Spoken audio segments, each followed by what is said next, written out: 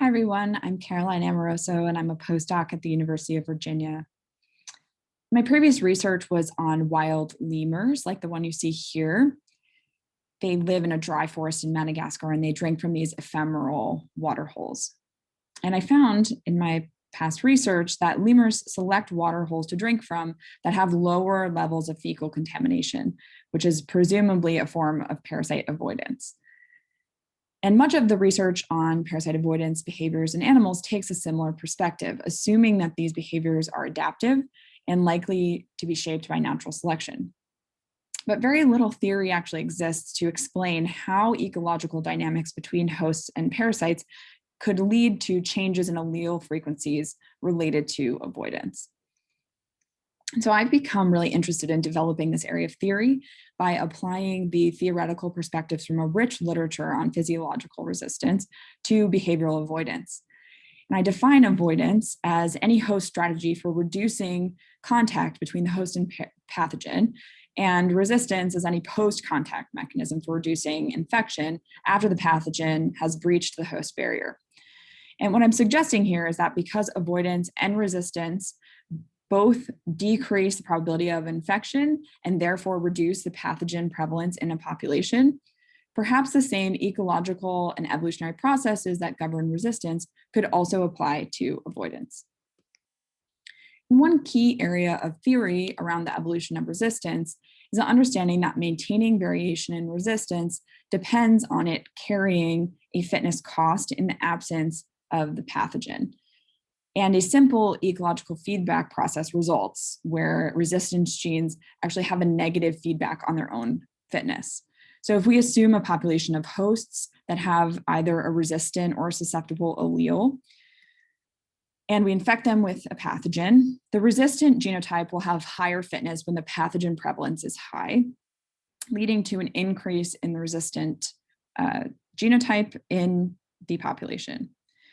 But then as the resistant genotype increases in frequency, the prevalence of the pathogen will decrease, which will select for the susceptible genotype because the resistant individuals will pay a cost in the absence of the pathogen.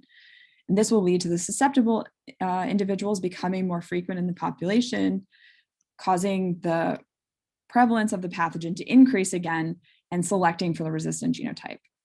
And so theory has shown that this feedback loop can stably maintain variation in physiological resistance to a pathogen in host populations. So we take this paradigm and extend it to avoidance. We know that variation in avoidance exists in natural populations of hosts. So presumably avoidance has costs. But there's a notion in the literature that avoidance is a cheap alternative to physiological resistance. And not very much is known in terms of actually how to measure the costs of avoidance.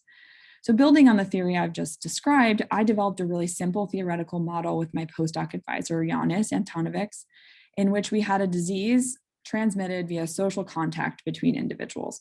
And we showed that if we assume costs of resistance are fixed, then we can generate these light gray areas of parameter combinations where genetic variation and avoidance is maintained, just like those coexisting blue and orange dots on the previous slide.